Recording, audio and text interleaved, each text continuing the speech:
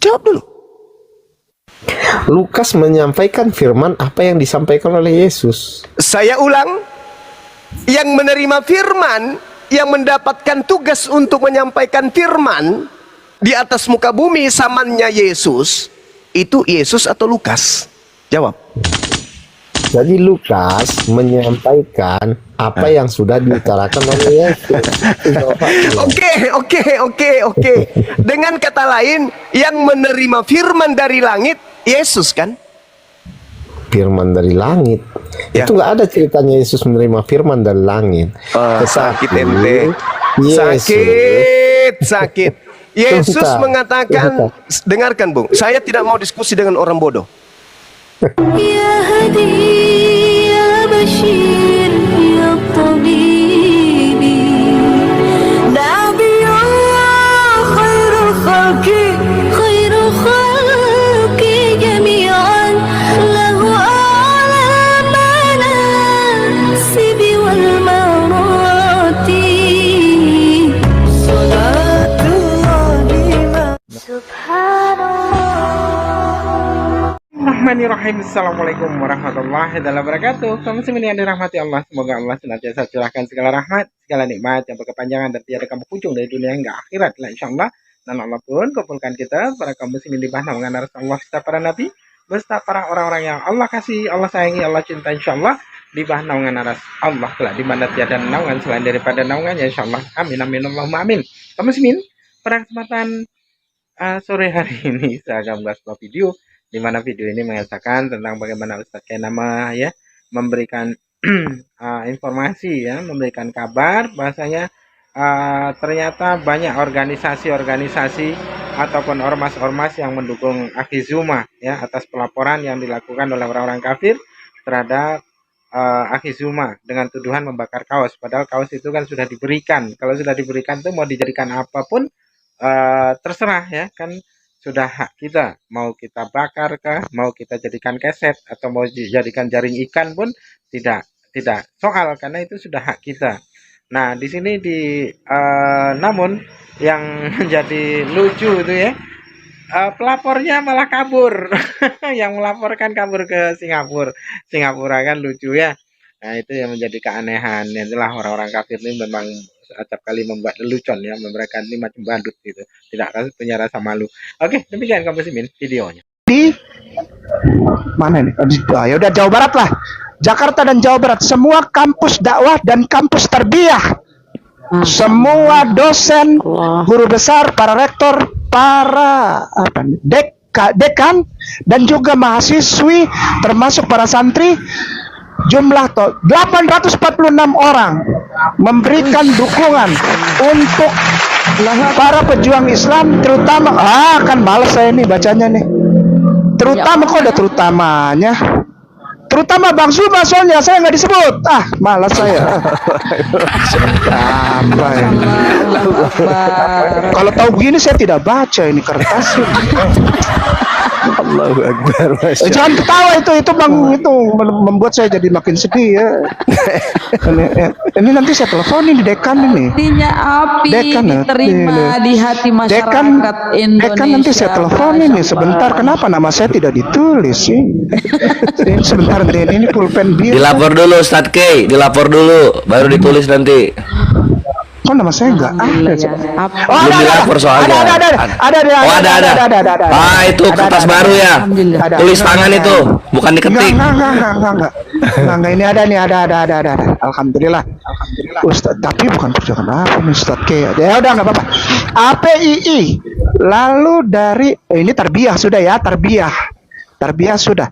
Oke, dari para pengajar, ini namanya keluarga besar mu'alaf. Ustadz ini kan Ustadz Handi udah ketemu ini mah.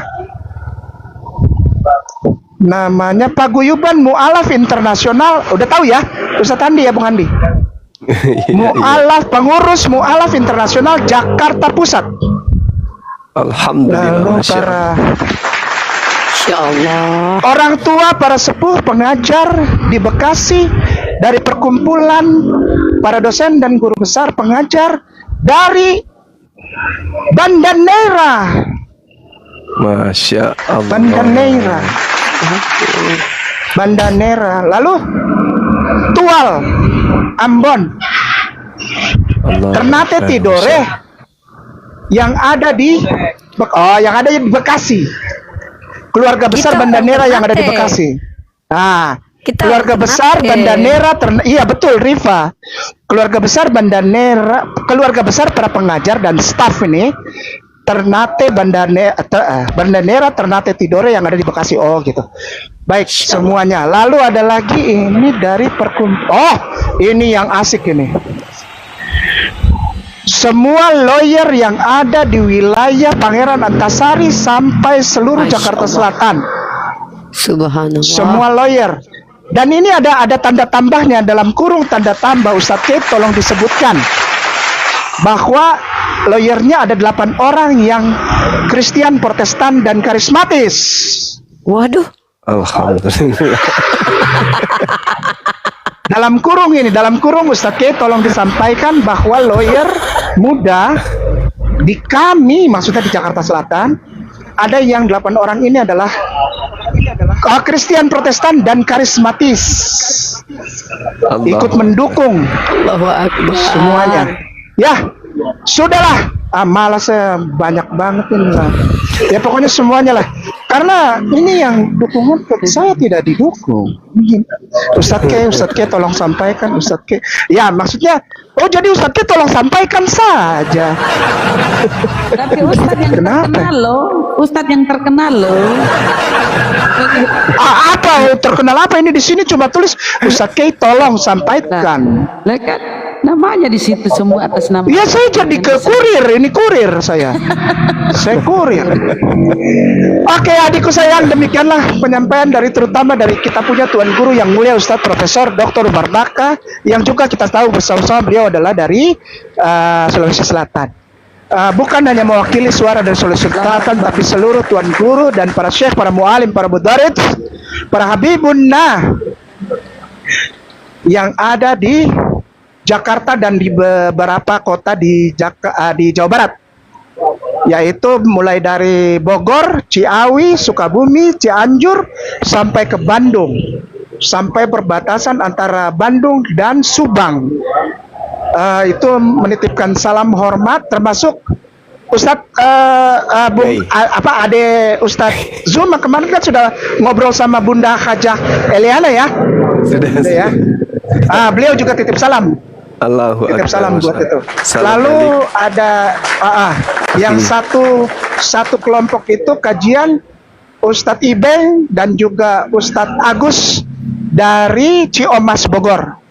Allahu Beliau. Akbar, Masya Allah.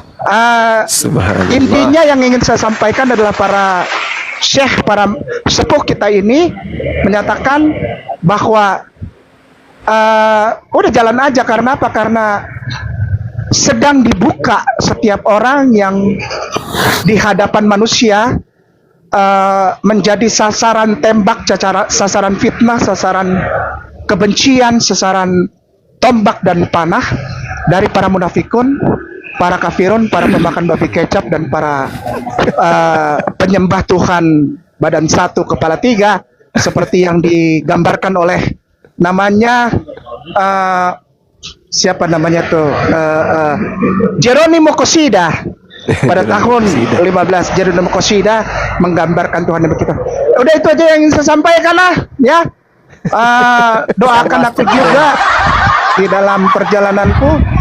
Tolong juga doakan Ustadz Hegar yang di shelter Mu'alaf Bekasi. Itu juga titip salam buat Bang Soma. Shelter Mu'alaf dan Duafa anak yatim yang di Bekasi. Ustadz Hegar. Lalu yang muda itu adalah kita punya Ustadz Ahmad di Dewan Dakwah, dan tentu saja juga Ustadz Didat dong, jangan lupa. Syekh Didat. Insya Allah, Tuan Guru. Ya. Salam kami untuk beliau. Iya, dan juga Ustadz Fadlan Garamatkan. Iya, Masya Allah. Masya Allah, Masya Allah. Dan sebagai penutup adalah, maaf ya, dari kita punya Habibuna yang di Bogor, yang rambutnya ganteng itu, gondrong. yang ganteng, ya, betul. yang kata orang ngomongnya kasar. Ustaz Kiai bilang Ya. gondrongnya jangan keras-keras. Oh iya, kita punya Habibuna yang gondrong ganteng juga kan, yang saya tidak bisa sebutkan namanya. Iya, Yang kata orang terlalu keras itu, ya kan? iya. Yang terlalu keras, yang orang Manado tuh, yang itu, yang ganteng tuh. Malam Selasa kemarin akhirnya dia nunggu Bang Suma sampai subuh. Saya Allahu Akbar. Pantesan dia sebutkan ini. depannya Bang Suma lagi yang nunggu, dia lagi yang nggak hadir. Iya, pantesan dia titip ini.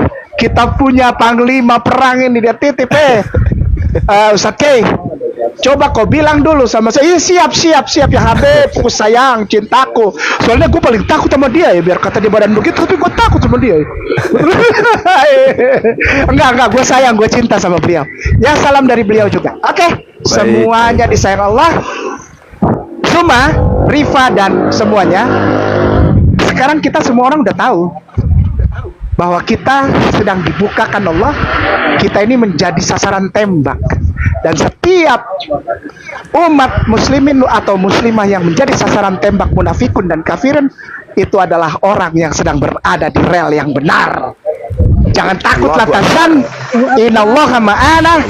Barakallahu fikum.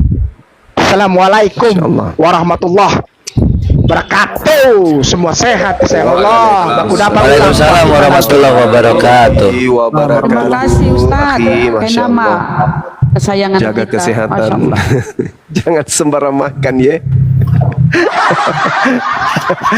Allah, Masya Ustaz Allah. Kiai. Ya, jadi kemarin itu memang kita pingin jumpa dengan Habib yang dimaksud oleh beliau. Beliau nunggu sampai jam subuh, sholat subuh, benar-benar sholat subuh, sampai Dinda Dewa Putu. Yang gimana nih Bang? Udah menunggu beliau sampai subuh ini ditungguin. Aduh, saya ngantuk kali. Kenapa Gimana tidak ya? datang, Ki? Kenapa tidak datang, Ki? Cakarutdu Indonesia.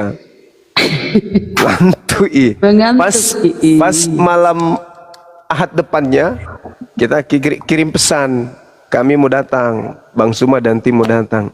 Dianya lagi yang tinggalkan tempat. Akhirnya nggak jumpa sampai sekarang. Ya tak apalah. Iya. Penting sudah kirim-kirim salam ya kan ya. Apalagi Ya, bentar, ini ada tamu, saya sapa dulu. Udah Kebenaran. dikenali ya. Robert, Muslim apa Kristen, Robert? Assalamualaikum warahmatullahi wabarakatuh. Waalaikumsalam. Waalaikumsalam. Sebenarnya saya ngomong sedikit, Us. Boleh. Sebenarnya tadi saya menangislah mendengar Ustaz Kainama, dia idola saya. Saya cakap jujur, Ustaz Kainama saya dari Malaysia, Pak. Umi Rifat kenal saya. Saya pernah bercakap dengan Ustaz Zuma, tidak. Tapi pertama kali tadi saya ingat saya dapat naik mau bercakap sama idola saya. Ya, tapi kenapa walaupun dia sudah turun, saya masih di sini. Untuk maklumat Bang Zuma, Umi Rifat, kami Persatuan Umat Islam di Malaysia menyokong api. Allahu Akbar. Allahu Akbar. Tanya Umi Rifat kenal saya. Nama sebenar Saya bukan kenal. Robert, Robiden Iba. Robiden. Saya orang Islam. Bapak saya orang Sumatera. Darah saya InsyaAllah. darah Indonesia. Allahu Akbar. Insyaallah. Betul, saya tadi Beliau luar biasa. Ya, saya bercakap betul lah. Ustaz Kainama saya amat tertarik dengan dia. Itulah idola saya selain Ustaz Zuma, Ustaz Donditan, Umi Ripa, apa nama lagi yang perempuan dari Bandung tu siapa nama? Umi Micana. Umi Bukan. Mican. Ican. Ya. Yang dari Semua Bandung ini idola perempuan saya. namanya Abdul Qadir. Ya, saya tahu. Lagi satu dari Amerika itu Bonda apa nama? Semangkut. Iya, Bonda Semangkut. Saya dari Malaysia. Turunkan saya Pak, biar saya di bawah. Bagi peluang OT naik. Saya menyokong dari bawah. Sepenuhnya persatuan. Saya mau Allahu Akbar. Islam Malaysia. Allahu Akbar. Menyokong api, menyokong Allahu Umi Rifa, Akbar. menyokong. Allahu Akbar. Takbir. Allahu Akbar. Allahu Akbar. Allahu Akbar. Allahu Akbar. Allahu Akbar. Malaysia. Allahu Akbar. Dari Sabang Allahu Akbar. sampai Merauke. Ya, terima kasih banyak atas dukungannya Subhanallah. semua. Memang latar belakang berdirinya API itu ya karena Apologet Islam Indonesia, kami teringat dengan sejarah penaklukan kota Mekah. Bagaimana baginda Rasulullah Muhammad SAW membawa 10.000 pasukan suci kemudian untuk menaklukkan. Sejarahnya dikenal dengan Fathul Makkah. Nah, ini tercermin di dalam Ulangan 33 nomor 2, ya, di mana nubuatan tentang datangnya seorang pemimpin yang membawa 10.000 pasukan dengan hukum yang menyala-nyala pada tangan kanannya. Hukum yang menyala-nyala ini yang disebut dengan Dinul Islam, yang dibawa oleh Rasulullah untuk menaklukkan seluruh hukum jahiliyah yang ada di atas muka bumi ini. Jayalah api, jayalah Islamku, jayalah Indonesiaku. Allahu Akbar. Selamat malam. Boleh saya berbicara? Intinya adalah apapun yang terjadi, ya, pelaporan terhadap logika atau topik tidak pernah akan berhenti, harus dikawal sampai tuntas. Setuju? Setuju. Itu intinya. Lanjut. Perdebatan antara Isa dan Yesus, ya. Di mana di situ disamakan Yesus. Rekan di sini, Yesus itu sama atau gimana? Baik, silakan Guru Nda, tafadhol. Disembah oleh kemudian saudara Kristen yang datang kepada Paulus, yang datang kepada Ananias, yang datang kepada penulis kitab Wahyu dan seterusnya. Itu tidak sama dengan Nabi Isa alaihissalam. Karena Nabi Isa itu hanya datang kepada Bani Israel, tidak pernah datang kepada di luar daripada Bani Israel. Dan Nabi Isa datang kemudian dalam keadaan suci. Ibunya tidak bertunangan dengan siapapun, dan ibunya tidak pernah ingin diceraikan oleh siapapun.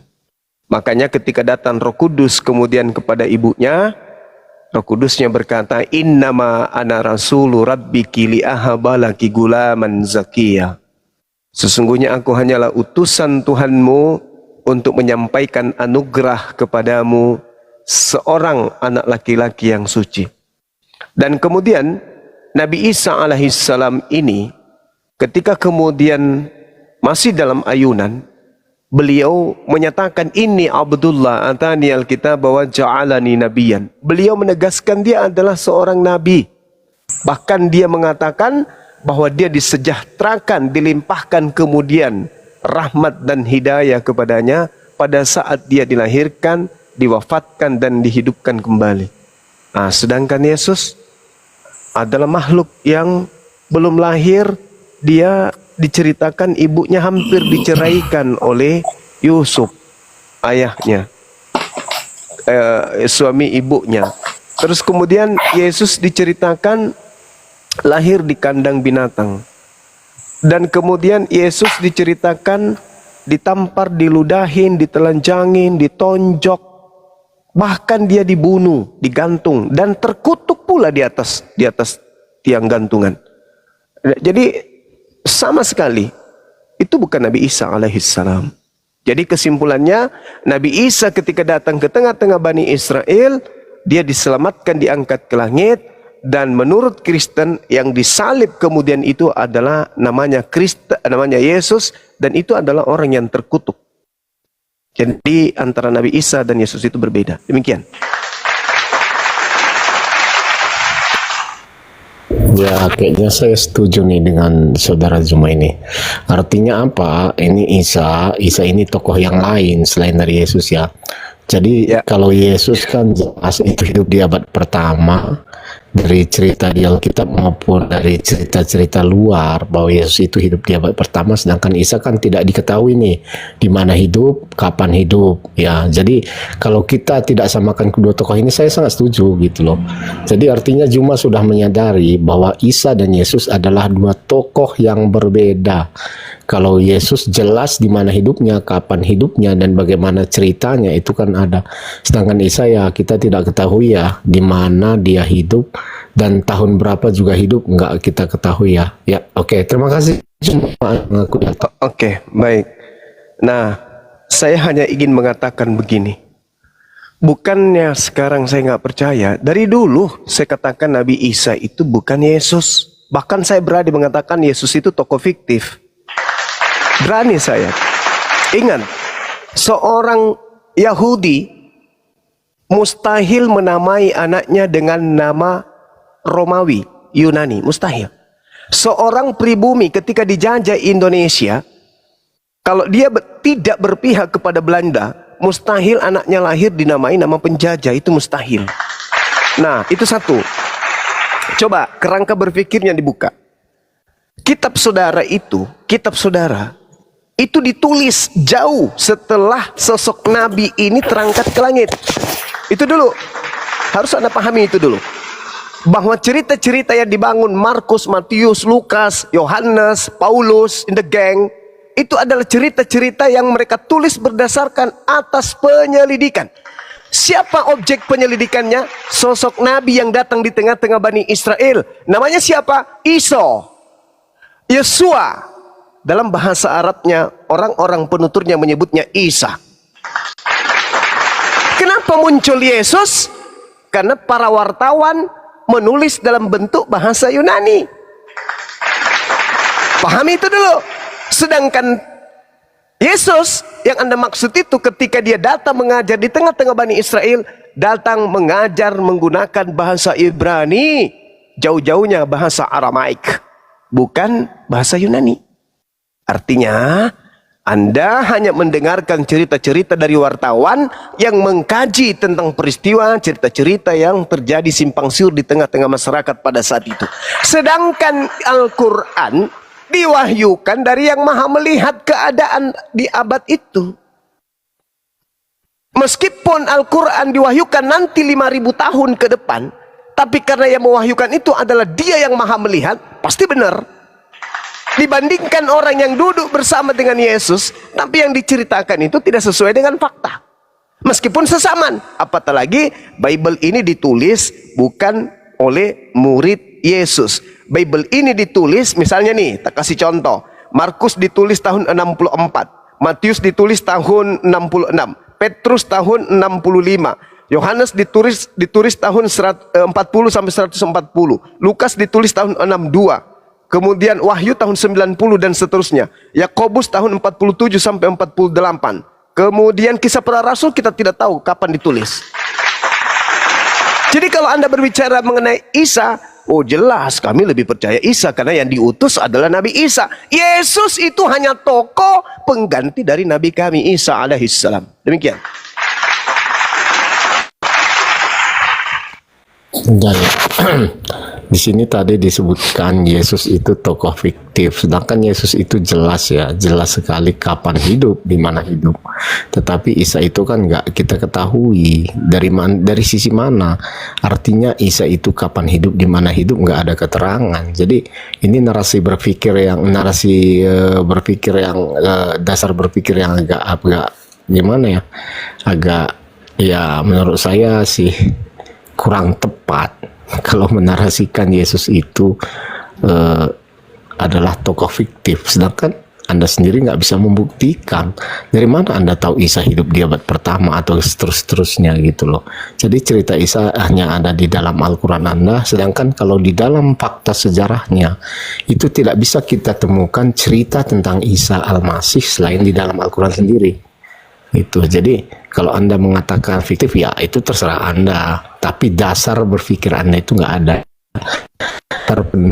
Yang Anda kemukakan Anda hanya mempercayai Quran, kita beriman itu gitu. Tapi dasar Anda beriman pada Al-Qurannya cuman Al-Quran, nggak ada fakta lain gitu. Kalau imannya kita semua boleh beriman. Ini sinyal kebenaran apa sinyal saya yang ugat-ugatan ini? Burunda kedengaran nggak? Kebenaran. Oh, kebenaran putus. ya. Sinyal saya ini. Oke. Jadi maksud saya begini ya, ini udah jelas bahwa Udah. ini yang diungkapkan saudara Jumat tadi mengatakan bahwa Yesus itu tokoh fiktif. Ini asal agak apa ya,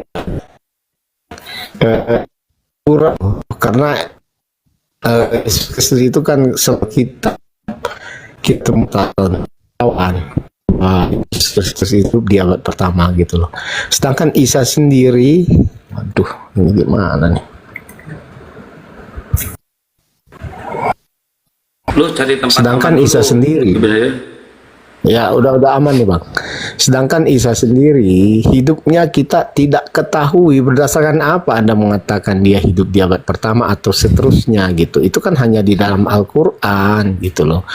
Jadi kalau dasar Anda di Al-Qur'an itu kalau saya lihat ya silahkan Anda uraikan di mana datanya bahwa Isa itu hidup di abad pertama gitu.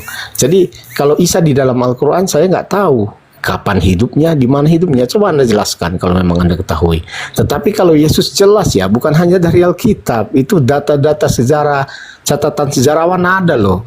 Kalau Anda membantah semua catatan sejarawan berdasarkan Alkitab juga, ya itu terserah Anda.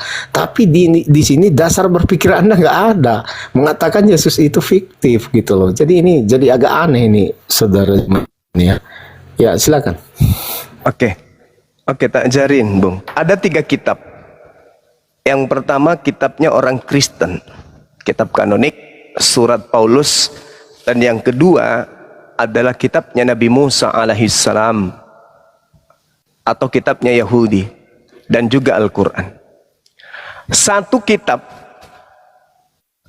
satu komponen kitab milik Kristen itu memang aneh dia. Kenapa aneh? Karena dituliskan dari hasil penyelidikan.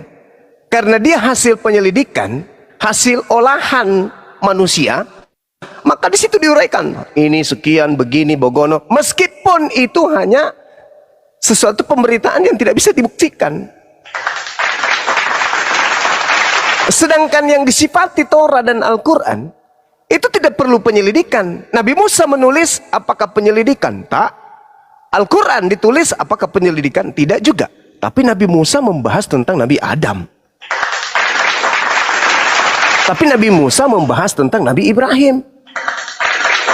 Nabi Musa membahas tentang Nabi Ishak. Membahas tentang Nabi Ismail. Membahas tentang Nabi Yakub. Tapi apakah kemudian orang Kristen pernah berpikir, kenapa enggak diceritakan seperti apa Nabi Musa? Bagaimana keadaannya Ibrahim? Kok Nabi Musa tidak menceritakan bagaimana masa kecilnya? Bagaimana ketika ia dewasa, rewanja? Bagaimana ketika dia belum kawin? Kok enggak diceritakan? Kenapa orang Kristen tidak bertanya seperti itu tentang Abraham? Kenapa hanya membandingkan dengan Al-Quran, dengan kitab Bible? Kenapa Anda bandingkan kemudian pertanyaan Anda ini, kenapa Anda pertanyakan kepada Nabi Musa atau pengikut atau orang-orang Yahudi? Wahai orang Yahudi, kenapa kitabmu tidak menceritakan siapa Abraham itu? Seperti kitab kami menceritakan Yesus bla bla bla. Nah, jawabannya karena kitabmu hanyalah tulisan para wartawan. Kenapa kitabnya Nabi Musa menceritakan tentang Nabi Adam enggak ditanya? Kenapa Nabi Musa mencerita tentang Abraham enggak ditanyai? Kenapa kemudian dia bercerita tentang Nabi Isa, Ismail, Hagar, Sarah tidak ditanyai? Karena orang beriman itu adalah wahyu yang diterima oleh Nabi Musa. Tidak perlu kita teliti, tidak perlu kemudian kita cari tahu kesalahannya di mana, karena kita sudah mengimani itu adalah wahyu. Sedangkan kalau Anda kemudian bertanya tentang Al-Quran, maka Al-Quran sifatnya wahyu, Al-Quran sifatnya sama seperti Taurat. Jangan tanyakan kitab kami yang seperti itu, karena Tuhan kami tidak ada urusan dengan kandang binatang dia lahir, kuburannya Yusuf dia lahir. Gak ada urusannya Tuhan kami dengan yang kayak gitu-gitu, gak ada. Karena agama kami adalah agama syariat. Nabi Musa diberikan kitab bukan untuk menceritakan orang per orang, bukan buku biografi, bukan buku penelitian. Taurat turun sebagai wahyu untuk hukum yang harus ditegakkan Nabi Musa kepada Bani Israel. Al-Quran turun sebagai hukum untuk ditegakkan oleh Nabi Muhammad untuk kaumnya. Bible dituliskan entah apa-apa kayak buku gosip. Harus Anda membedakan itu. Maka kerangka berpikir ketika kita melihat kitab suci dan kitab yang dianggap suci itu harus berbeda, Bung. Kalau saya tanya, dari mana Lukas tahu Yesus disunat pada hari ke-8? Siapa yang bertanggung jawab? Bisa jawab itu? Siapa yang bisa jawab? Ada yang bisa jawab. Kalau dasar pijakan itu yang Anda jadikan sandaran, siapa yang mengatakan ke Lukas kalau Yesus sunat hari ke-8? Yesus yang mengatakan ke Lukas? Tidak. Lukas lihat celananya Yesus juga tidak mungkin. Lalu siapa? Wahyu, nggak mungkin wahyu. Lukas mengatakan melakukan penyelidikan. Berarti dia wartawan. Lalu menyusun berita-berita itu. Dari mana diterima informasi Yesus sunat hari ke-8? Nonsen, kosong melompong. Jadi kalau Anda berbicara mengenai Yesus dan Isa tidak sama, memang tidak. Yang datang kepada Bani Israel itu adalah Nabi Isa. Yang Anda ceritakan itu adalah hasil wartawan. Kenapa demikian rupa adanya? Karena itu untuk hadiah orang Romawi Yunani. Dan ini terakhir. Dan kalau Anda ingin tahu tentang Yesus yang sesungguhnya, jangan lihat di kitab kanonik yang ditulis puluhan tahun setelah Yesus, Bung. Salah-salah. Kurang top. Kalau mau cari tahu tentang Yesus, tanya, ada sebuah buku nih, tak bocorin. Baca Talmud. Yesus orang Yahudi. Yesus hidup bersama dengan rabi-rabi. Yesus di tengah-tengah orang Yahudi. Mereka kemudian menulis tentang Yesus. Saya lebih percaya Talmud daripada kitabmu. Paham? Saya lebih percaya kepada Talmud. Talmud itu adalah tafsiran-tafsiran, cerita-cerita, pecahan-pecahan kalau kami ilmu fikih yang membahas tentang Yesus, anak haram, anak zina dan seterusnya. Tuh, lebih valid, lebih bisa dipercaya daripada cerita-cerita Paulus yang entah dari mana datangnya. Itu yang Anda harus pikirkan. Silakan. Sebenarnya Juma tetap nggak bisa ya kapan Isa hidup dan di mana dia hidup itu nggak bisa Anda jawab ya. Itu yang pertama. Kalau saya tanya siapa yang sunat Yesus, Anda bisa jawab? Ya itu kembali lagi pertanyaannya. Dari mana? Jadi Anda membuat suatu pertanyaan yang tidak ada jawabannya. Itu aneh. Sama ketika saya bertanya, siapa nama orang yang menyunat Yesus? Jawaban Anda? Ya, oke. Ini Anda menggunakan standar ganda. Lah, kok jadi standar ganda? Ketika standar itu diuji kepada Anda juga tidak bisa. Biasakan kalau orang ngomong, dengarkan dulu. Iya, karena Anda mengambil kesimpulan yang menurut saya itu lucu, gokil. Sekarang Anda jawab dulu, kapan Isa hidup dan di mana dia hidup? Coba Anda jelaskan. Saya sudah mengatakan Al-Quran itu sifatnya seperti Taurat, bukan buku biografi. Itu nggak sampai ke kerangka berpikir Anda, itu nggak nyampe. Nggak nyampe. Ini wahyu, bukan wartawan. Kalau wartawan ini namanya siapa, Dik? Lahir di mana, tahun berapa, tanggal berapa, kejadiannya jam berapa. Itu wartawan. Anda ingin mengukur cerita wahyu yang ada dalam Al-Quran dengan buku yang ditulis oleh wartawan. Ya beda lah, Cak Ayu. Beda. Ya. Berita seorang wartawan kalau tidak lengkap, tidak bisa dianggap valid. Itu wartawan. Tapi kalau firman Tuhan, tak ada cerita-cerita valid tidak valid. Namanya firman Tuhan ya firman Tuhan. Ya. Artinya gitu, saya ambil kesimpulan begini. Juma mengimani Al-Quran itu sebagai sebuah kebenaran dan wahyu dari Allah ya. Yes. Jadi ya it's okay, nggak masalah. Artinya apa? Anda sudah beriman terhadap itu tanpa memperhatikan yang lain-lainnya, itu silakan. Itu iman Anda. Apa yang harus saya perhatikan? Iya. Bible. Oke, sekarang gini. Saya lebih baik perhatikan Talmud. Sebentar. Artinya gini. Kalau Bible atau Injil yang sekarang diimani oleh orang-orang Kristen, itu ditulis oleh lebih dari satu orang dan semua sejalan. Matius, Markus, Lukas. Artinya apa? Artinya mereka menuliskan yang hidup bersama dengan mereka. Mereka menjadi saksi mata terhadap hal itu. Berbicara. Jadi sekarang Anda meyakini bahwa Al-Quran sebuah kebenaran, itu nggak masalah gitu loh. Itu iman Anda. Tetapi kalau Anda menyamakan antara Al-Quran dan Alkitab, bahwa Alkitab itu adalah dari wartawan, ya memang mereka itu saksi mata gitu loh, saksi mata terhadap apa yang terjadi. Jadi dari mana Lukas tahu bahwa dia disunat di hari yang ke-8? Dia kan hidup sejaman, jadi wajar dia tahu. Sekarang saya bertanya, dari mana Anda mengatakan bahwa Al-Quran itu wahyu dari Tuhan? Coba Anda pikirkan. Dari mana? Karena iman kan, nggak ada bukti yang lain. Anda percaya itu, ya udah selesai cerita. Sederhana, Bung. Sederhana. Pertanyaan Anda itu anak TK di Islam pun bisa jawab. Dari mana Anda tahu bahwa Al-Quran itu adalah wahyu dari Allah? Pertama, Nabi Muhammad tidak melakukan penyelidikan.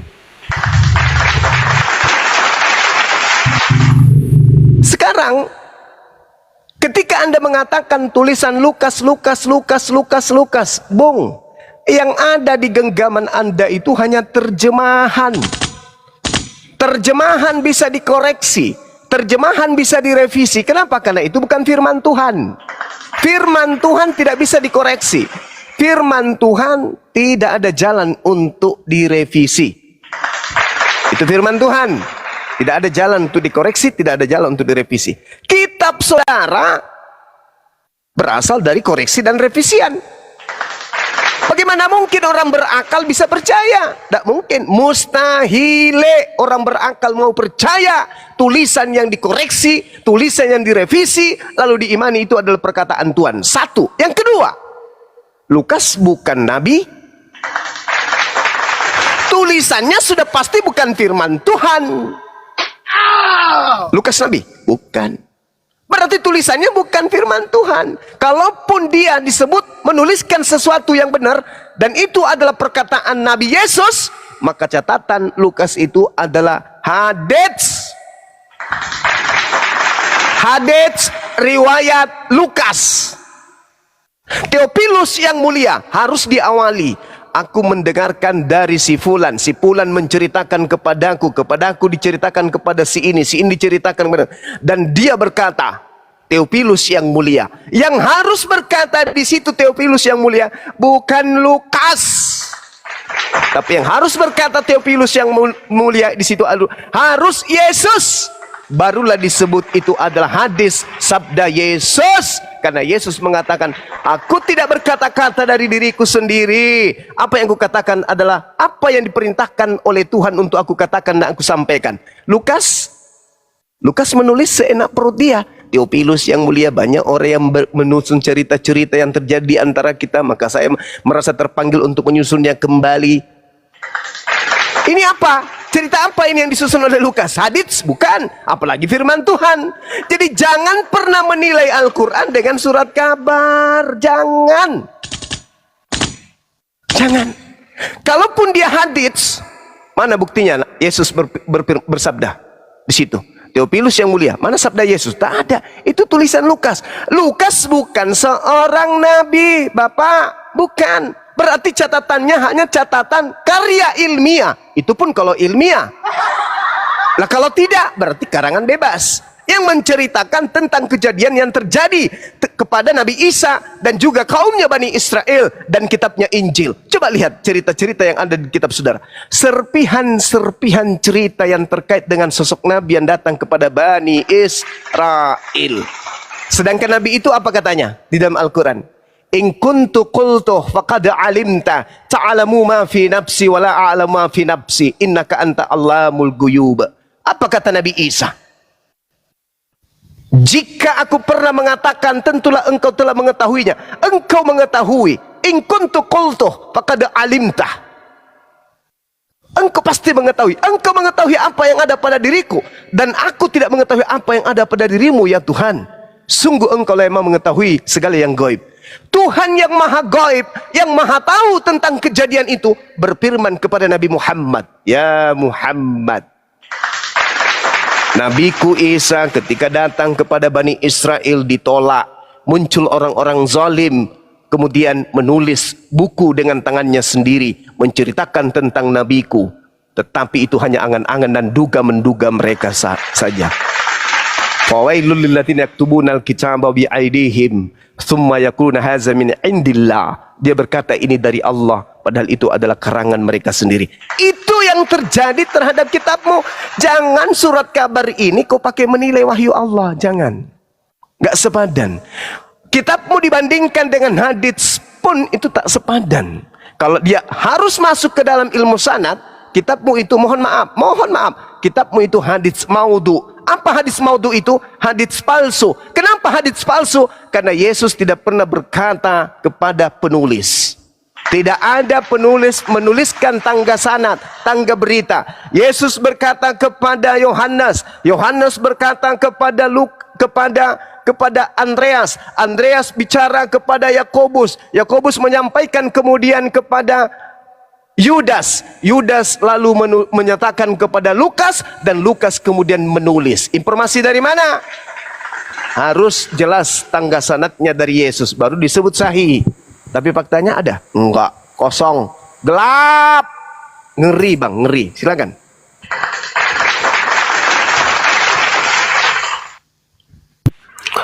Dari tadi kan sudah saya katakan, kenapa Alkitab itu adalah sebuah kebenaran. Itu dari 4 penulis, isinya mendukung semua, artinya sama semua. Jadi kalau tadi ceritanya memang berbeda-beda antara satu penulis kitab dengan penulis kitab lain, Anda boleh mengklaim itu adalah sebuah kesalahan.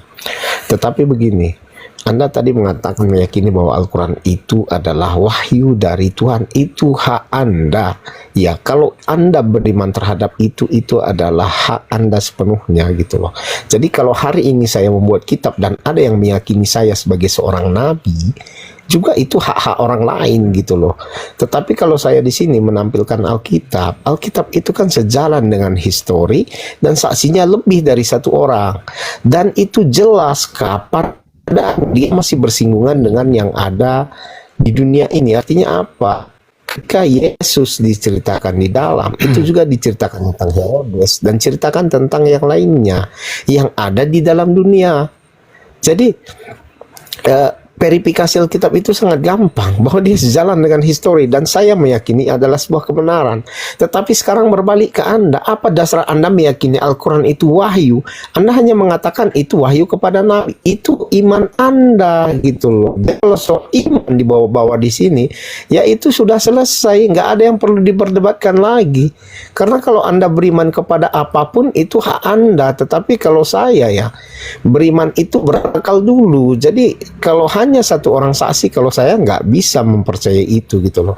Tetapi kalau Alkitab itu lebih dari 1 saksi, bahkan semua saksinya rela mati, nggak takut mati loh, demi mempertahankan imannya gitu. Jadi kalau atas dasar ini mengapa Kristen begitu berkembang di dunia dan bahkan di Indonesia saat ini terus bertambah, ya itu wajar. Karena mereka memulai memasang akal mereka, akal pikiran mereka. Mereka mulai tahu kebenaran yang sebenarnya gitu. Tapi kalau Anda tetap bertahan di kepercayaan Anda, di iman Anda, itu Anda. Gitu, Ngomong apa kowe? Oke, sekarang begini. Coba Anda tunjukkan kepada saya di mana Lukas bertemu dengan Yesus. Silakan. Itu pertanyaan yang balik kepada Anda, di mana Nabi Anda melihat Musa gitu loh. Anda bertanya tentang Alkitab tanpa berpikir tentang ini Anda mau membahas, ini Anda ingin membahas Yesus ini atau sama aja. Sama aja, ini nggak berbeda. Mulai error. Tanya sesuatu ke orang lain. Makanya saya tadi mengatakan Anda menggunakan standar Kalau ganda. berbicara mengenai Nabi Musa, Cak Ayu, kitabmu juga membahas Nabi Musa. Ini yang kita mau bahas ini kebenaran pengarang kitabmu dengan Al-Quran. Kok larinya ke Nabi Musa? Lucu ente. Ya, dengarkan saya dulu. Dengarkan. Mudah-mudahan Anda bisa memakai akal. Dengarkan. Sekarang saya tanya sama Anda. 1 juta pembawa berita tapi bohong semua. 1 pembawa berita tapi benar adanya. Kira-kira yang mana yang harus diimani? Jawab. Dasar Anda mengatakan 1 juta itu yang bohong dan 1 yang benar apa? Ini Anda nggak berdasar gitu loh. Nih tak ajarin sama Anda. Yang menerima firman yang menerima tugas untuk menyampaikan firman, Lukas atau Yesus? Waduh, ini pertanyaan Anda gimana ya? Karena pertanyaan Anda aja sudah salah gitu loh. Ya, tengoklah, berkacalah Bung. Sudah salah. Hei, Yesus berkata, aku datang untuk menyampaikan firman. Segala firman yang engkau berikan telah aku sampaikan kepada mereka. Yang menerima firman dari Tuhan, Yesus atau Lukas? Jawab dulu dong. Jawab dulu. Lukas menyampaikan firman apa yang disampaikan oleh Yesus. Saya ulang, yang menerima firman, yang mendapatkan tugas untuk menyampaikan firman di atas muka bumi zamannya Yesus, itu Yesus atau Lukas? Jawab. Jadi Lukas menyampaikan apa yang sudah diutarakan oleh Yesus. Oke. Dengan kata lain, yang menerima firman dari langit, Yesus kan? Firman dari langit. Ya. Itu nggak ada ceritanya Yesus menerima firman dari langit. Sakit ente. Yesus- Sakit. Yesus Sebentar. mengatakan, dengarkan Bung, saya tidak mau diskusi dengan orang bodoh. Kalau Anda masih memperbodoh diri, Anda turun. Mengapa Anda mengatakan saya memperbodoh diri? Karena Anda memang mengatakan itu Yesus datanya, tidak menerima itu firman. faktanya. Hei, Anda mengatakan Yesus tidak menerima firman. Anda mengatakan Yesus menerima firman dari langit. Di mana? Lalu dari datanya mana Yesus firman yang menerima diterima dari Yesus langit? itu? Dari pasar. Dia menerima. Hah? Dia menyampaikan apa yang dikatakan oleh Bapa, bukan dari langit. Anda ini gimana sih? Bapak di mana? Bapa itu satu dengan Yesus kalau Anda lihat Bukan di Alkitab. surga. Bukan di surga. Yesus itu satu dengan Bapa. Mulai Jadi mereka bohong itu dia. satu kehendak. Udah, Anda turun, please, Anda turun. Jangan sampai Anda Oke, saya maki di terima sini kasih. karena kebodohan Anda. Turun. Ya, silakan maaf. tetap beriman ya. Oke, Ya, terima kasih. silakan turun. Anda percaya surah kabar, turun. Bagus. Assalamualaikum. Waalaikumsalam warahmatullahi wabarakatuh. Jadi teman-teman, kita lihat polanya ya, umat Islam, kita lihat polanya. Dua manusia ini sebagai penerima firman di bumi. Nabi Isa alaihissalam, Nabi Muhammad dan Yesus. Dua wakil Tuhan di atas muka bumi. Yang kita kenal antara Islam dan Kristen itu ada dua. Kalau Islam mengenal Nabi Muhammad SAW, kalau Kristen mengenal Yesus sebagai penerima firman. Tadi si pendusta, si pembohong mencoba untuk membodohi dirinya. Saya nggak suka. Itu kasihan Kristen yang lain kalau kayak gitu. Yesus menerima firman. Segala firman yang engkau berikan telah aku sampaikan kepada mereka. Yohanes 14, firman yang kau dengar daripadaku bukan daripada aku, melainkan dari Dia yang telah mengutus aku. Yesus, Yohanes 12:49, aku tidak berkata-kata dari diriku sendiri. Apa yang aku katakan adalah apa yang diperintahkan untuk aku katakan dan aku sampaikan. Yesus sebagai penerima firman, Nabi Muhammad sebagai penerima firman. Nah, level 2 naik kita. Yesus menerima firman, Nabi Muhammad menerima firman. Kita naik level 2. Nabi Muhammad menyampaikan kemudian kepada para sahabatnya. Al-Quran dihafalkan sahabat, Al-Quran dituliskan sahabat. Wa isqalallahu ya Isa bin Maryam a'anta qulta linnas. Nabi Muhammad melisankan wahyu dari Allah, menyampaikan kepada para sahabatnya. Sahabatnya menghafalkan, wa isqalallah ya Isa bin Maryam a'anta qulta linnas. Sahabat menyampaikan kepada para tabi'in, wa isqalallah ya Isa bin Maryam a'anta qulta linnas. Sampai kepada kita umat Islam yang ada di Nusantara ini. Wa isqalallah ya Isa bin Maryam a'anta qulta linnas. Tidak pernah berubah. Nabi Muhammad sumber satu-satunya kepada kita umat Islam seluruh dunia. Islam yang ada di seluruh bumi, penjuru bumi. Oke, level untuk Nabi Muhammad dah selesai. Al-Quran berasal dari Nabi Muhammad SAW. Seluruhnya dari lisan baginda Muhammad SAW. Mata rantainya jelas. Kita pindah ke Kristen. Yesus menyampaikan firman. Yesus menerima firman. Disampaikan kepada siapa? Murid-muridnya. Murid yang mendengarkan firman tersebut, apakah melakukan penyelidikan? Mana ya ini ya? Mana ya firman yang Yesus pernah sampaikan kepada muridnya ya? Mana ya? Yang mana ya? Ya yang mana ya?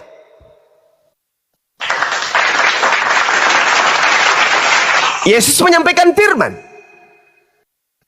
Yang menulis Lukas. Pernah Yesus bersabda kepada Lukas, Lukas, kadia, kesini. Tulis, ikra, baca. Mana ada? Putus. Gak ada hubungan.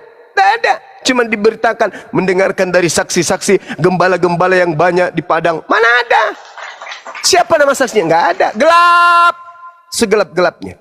Lawang kitab itu ditulis tahun 64. Ada yang mengatakan tahun 80-an. Ada yang mengatakan tahun 66. Ada yang mengatakan tahun 96. Ada yang mengatakan tahun 140. Ada yang mengatakan tahun 80 sampai 85. Ada yang mengatakan tahun 47, 48. Mana yang betul? Gak nyambung. Jadi Yesus menerima firman menurut Bible, menurut hasil penyelidikan penulisnya, lalu disampaikan kepada penulis. Nehi merica ketum berjahe. Tidak ada itu. Gak ada. Berbeda dengan baginda Rasulullah Muhammad SAW. Naik lagi kita ke level ketiga. Ketika pernyataan baginda Rasulullah Muhammad SAW berupa wahyu dari Allah, dihafalkan, dibukukan, kemudian nama kitab yang dihasilkan dari tulisan dan hafalan itu adalah Alkitab atau Al-Quranul Karim. Mereka bolong level 2. Level 3 berisi. Level 3 nya berisi. Kalau dari bawah Nabi Muhammad, di atas Nabi Muhammad, turun ke bawah ya level 2, kemudian sahabat-sahabatnya para penghafal Quranul Karim. Turun ke level 3 nya, kemudian tertuliskan kitab Iqra Alkitab, yaitu Al-Quranul Karim. Level ketiga, terisi level 1, terisi level 2, terisi level 3.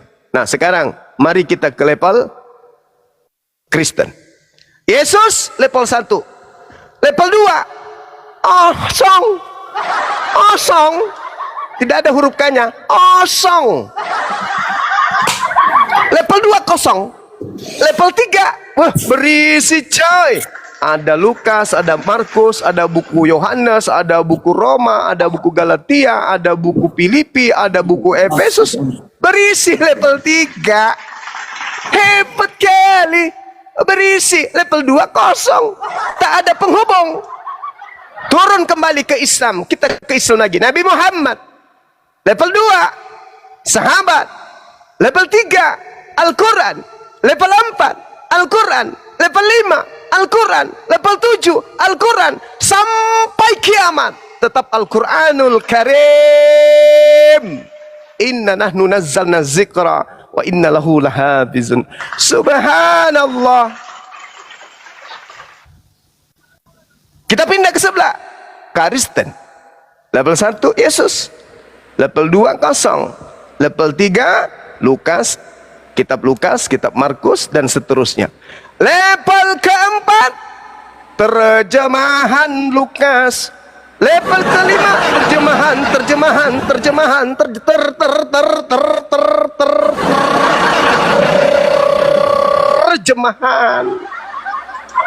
Ngeri paman, ngeri tante, ngeri. Udahnya kosong level 2, muncul kemudian buku-buku di kanonik. Level 4-nya terjemahan. Kalau terjemahan asalnya dari sumber lantai 3, level 3, begitu mau diterjemahkan di level 4, naik dulu ke aslinya di level 3. Masih masuk akal, masih bagus lah. Loncat ke level 4, level 5. Level 5-nya diterjemahkan bukan dari level 3 tapi level 4. Level 4 diterjemahkan ke level 5. Level 5 terjemahan ke level 6. Level 6 seterusnya. Jadi apa? Dari bahasa ke bahasa, dari bahasa ke bahasa. Sama Belanda diterjemahkan ke dalam bahasa Indonesia. Dari bahasa Indonesia diterjemahkan masuk ke Bali, bahasa Bali. Dari Bali diterjemahkan ke dalam bahasa Bugis. Dari Bugis masuk lagi ke dalam bahasa ini dan seterusnya. Itu fakta. Lalu buku-buku ini, buku-buku ini, lo mau bandingkan dengan kitab suci Al-Quran? Ngaca tante, ngaca. Ngaca tante, jauh.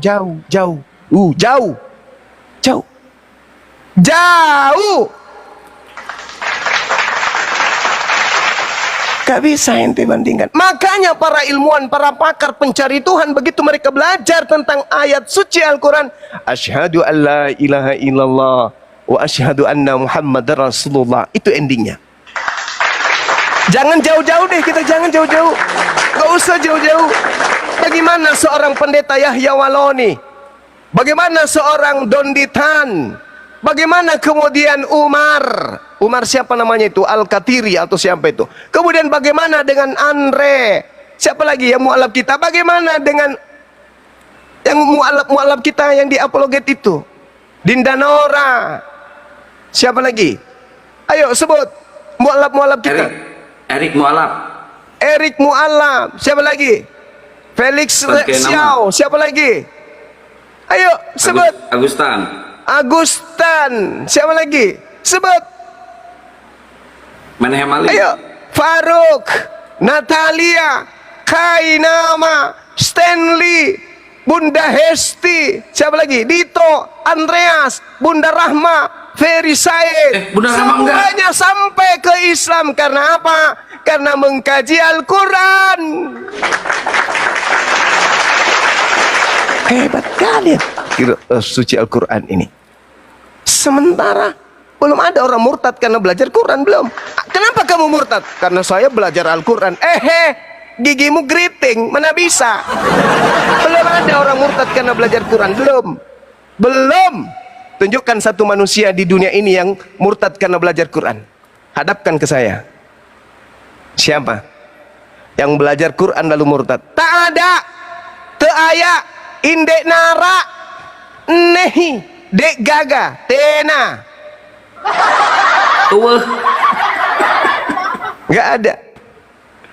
Nggak ada. Justru orang banyak menjadi mu'alaf karena belajar Bible. Tapi belum pernah ada orang murtad karena belajar Quran. Semakin Quran didalami, semakin kencang imannya, orang tertancap akidah Islamnya. Tapi sebaliknya, semakin orang mendalami Bible, mohon maaf. Makanya para penghujat itu yang muncul di sosmed itu, mereka yang tidak paham Bible. Makanya ketika berhadapan dengan misalnya kayak Bang Suma nih, mereka akan kebakaran bulu ketek. Karena kenapa kita yang ngajarin dia? Kenapa kita yang ngajarin dia? Karena dia hanya mendengarkan pendeta. Beda dengan kita, siang malam. Coba lihat Adinda Unirifa itu, nangis itu. Kenapa? Habis waktunya bolak-balik Bible, bolak-balik Bible, bolak-balik Bible. Sambil masak, sambil bikin rendang, sambil bikin ini. Bible. Kenapa? Karena di Islam begitu. Afala tatafakkarun, afala ta'qilun. Iqra. Perintah untuk membaca. Maka apapun itu baca. Buku apapun. Toh tidak ada larangan baca Bible. Dibaca. Oh ini dibaca. Akhirnya kebenaran itu terungkap dari dalamnya. Kebenaran itu membiaskan dari dalamnya. Siapa yang disalahkan kalau begitu? Ada yang mau disalahkan? Tidak. Bang Suma udah 20 tahun lebih mengkaji Bible. Siapa yang mau disalahkan? Gak ada kan? Siapa yang Anda mau salah? Anda salah tafsir. Wah, gimana Anda bisa tahu saya salah tafsir? Jadi itu ya sahabat-sahabat sekalian, yang perlu kita pahami bahwa level-level ini seperti yang dilakukan oleh si Kibinirin tadi, itu kerangka berpikirnya masih apa ya? Belum layak untuk berdiskusi secara ilmiah. Saya kira begitu dari saya. Silakan kalau ada tambahan atau ada bantahan, waktu dan tempat disilakan. Baik, ini ada Lapetos. Selamat malam Bang Juma. Nah, malam. Iya. Salam dari Anda Kristen ya, Bang? Iya, silakan Bang. Bang, abang kan pintar Alkitab kah? Tanya dulu, Anda Kristen Anda apa Kristen, Muslim? Islam. Saya Islam. Saya tanya dulu Bang. Bang Zuma, Ya, Paman. ya kan pintar bahasa Alkitab. Bible. Apakah ada perintah Yesus ibadah di hari Minggu? Dek Nara. Alkitab. Kalau Anda Muslim ayat. nggak usah mempertanyakan Yesus. Anda kan Muslim. Nah, ya kan enggak kan di Alkitab itu tanya gitu kan. Oke. Ya, Nggak silakan. ada Bang, nggak ada perintahnya di hari Minggu itu nggak ada. Assalamualaikum Bang Zuma. Waalaikumsalam warahmatullahi wabarakatuh. Mohon maaf sebelumnya, perkenalkan saya dari Jambi. Iya Bang, Jambi, Sumatera Utara. Jambi, kota Jambi. Iya, Jadi iya gini tahu. Bang Zuma, Siap. sama Bang Hamdi juga lah. Saya kan udah download nih aplikasi Apologet Islam. Iya. Tapi sampai sekarang belum dikonfirmasi ya Bang. Yang saya tanyakan, Anda belum beruntung berarti. apakah udah ada Apologet di Jambi ya Bang Zuma? Ada. Jambi kita ada apologetnya. Di Jambi ada DPW Jambi. Iya teman-teman, ada ya. Ada, tinggal nyari aja ada. Tunggu. DPW Jambi. Sabar dulu ya Bang ya.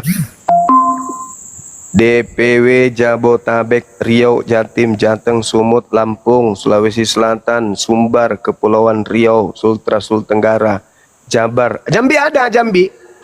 Oh, ada ya Bang. Ada. Jambi kan? Iya Bang Zuma. Iya. Ya, jadi kalau Anda ada nggak di sini api Jambi di bawah? Belum lihat sih Bang. Ustadz Alif itu apa? Lampung? Apa Jambi? Enggak, intinya adalah nanti kalau api Jambi lihat aja nanti kalau dia buka komal. Kan komalnya ada, nanti diikuti aja. Kita Oke. sudah punya ini, Kanda punya aplikasi di apa itu? Play Store kan ada. Iya. Tinggal Ya. buka di situ api, nanti masukkan data-data, nomor sepatu, nomor celana, KTP dan seterusnya. Udah Bang, Hah?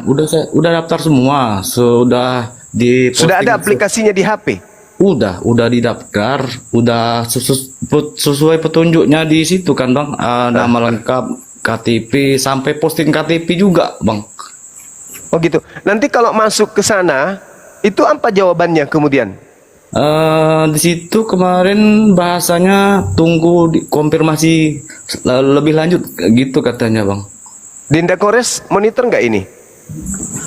Dia tinggal menunggu aja konfirmasi selanjutnya. Yang penting Abang udah mendaftar sebagai api di Jambi.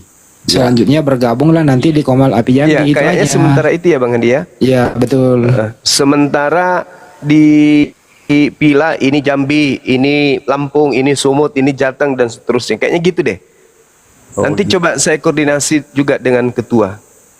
Oke, siap Bang. Iya, makasih abangku karena sudah mendaftar, masya Allah. Ya. Izin turun dulu ya Bang Zuma, yang lain semua. Iya, Bang. Iya. Assalamualaikum. Siap. Waalaikumsalam Waalaikumsalam warahmatullahi wabarakatuh. Jangan pula nanti teman ini cari apologet DPW Jambi larinya ke Sumatera, cari nanti carinya lagi di mana itu, Pasar 4, mampus lah aku. Dicarinya di Brastagi nanti, di Samosirnya dicari. Bang. Assalamualaikum. Waalaikumsalam. Ya ini saya dari tadi merhatiin ya. Lucu aja ya ketika Oten bilang dia beragama tapi menggunakan akal. Bagaimana mereka menggunakan akal ketika mereka percaya Tuhan menjadi manusia, lalu Tuhannya mati di atas kayu salib yang terkutuk. Itu saya bingung sumpah. Bagaimana mereka bisa menyebutkan itu akal ya? Ya makanya Bang Erik mualaf ya Bang. Iya, saya mualaf. Justru tadi saya Akbar, Masya sangat Allah. sangat menarik itu ya soal apa namanya terjemahan. Saya kan dari Buddha ya. Itu bahkan Tripitaka itu lebih autentik daripada Bible loh. Iya betul. Karena di Tripitaka nih, kalau misalkan kita ke wihara, itu masih ada tulisan Palinya loh. Masih ada itu tulisan Palinya. Pali, terus Indonesia. Kalau misalkan ada bahasa Mandarin, Pali, bahasa Mandarinnya. Itu masih lebih autentik daripada Bible. Masih meninggalkan kata talinya ya, bahasanya ya. Masih ada bahasa aslinya. Jadi kalau misalkan ada yang melenceng, bisa langsung translate gitu loh kan, bahasa Pali kan sama kayak Al-Quran gitu. Berarti benar kitab suci itu sebenarnya nggak boleh diubah-ubah. Sedangkan mereka percayanya sama terjemahan. Masya Allah. Kapan, tahun berapa ininya, abangku, sahabat? Kemarin yang sama Kodonitan gara-gara nonton debat Gurunda, ini yang sama Gurunda itu, yang debat sama Gurunda. Masya Allah, Masya Allah. Bukan debat, tapi diskusi. Iya, diskusi. Masya Allah. Subhanallah. Justru saya berterima kasih sekali sama API, ya kan. Mungkin banyak sekali yang akhirnya orang bisa mengenal Tuhannya siapa ya. Wah, itu saya sampai merinding, saya berterima kasih sekali lah. Masya Allah. Ya. Allahu Akbar. Ya. Subhanallah. Ya, semoga apologet di API ya diberkati oleh Allah terus. Amin. Amin. Ya, diberikan rezeki, kesehatan yang melimpah, supaya makin banyak yang mualaf, semakin banyak yang sadar bahwa mereka tuh harus menyembah siapa? Satu, Allah. Udah, itu aja. Amin. Amin ya Allah. Bentar, saya sapa dulu. Natalia Roy, Muslim apa Kristen? Yang tadi kamu segini, yang dimana Ustadz Kai dan juga para hamba Allah yang lain ya, para debater yang lain berkumpul dan ada mendapati pertanyaan-pertanyaan dari orang-orang kafir. Nah, pertanyaannya ini lucu-lucu kamu sih, ini yang bikin kita tertawa karena memang ya itulah otak mereka itu ada di tumit ya. Otak tidak dipergunakan. Allah berikan akal, namun akal itu tidak dipergunakan sehingga mereka itu bodoh. Maka menjadi Kristen itu wajib bodoh sampai mati, itu kata Paulus ya. Jadi apapun kita urai, bertanya saja mereka bingung, apalagi ditanya gitu ya. Diurai pun macam mana pun mereka ini tidak paham. Padahal dengan jelas, dengan terang ya, Akhi-Zuma itu memaparkan kalau orang yang mempunyai akal, apa yang disampaikan Akhi-Zuma itu langsung tahu, tidak usah panjang lebar pun Akhi-Zuma itu memberikan penjabaran, itu orang yang berakal langsung akan tahu. Tapi inilah namanya juga orang kafir ya, susah untuk paham karena menjadi kafir wajib bodoh sampai mati. Oke, demikian saja kaum muslimin yang dapat saya sampaikan dan saya akhiri video ini. Assalamualaikum warahmatullahi wabarakatuh.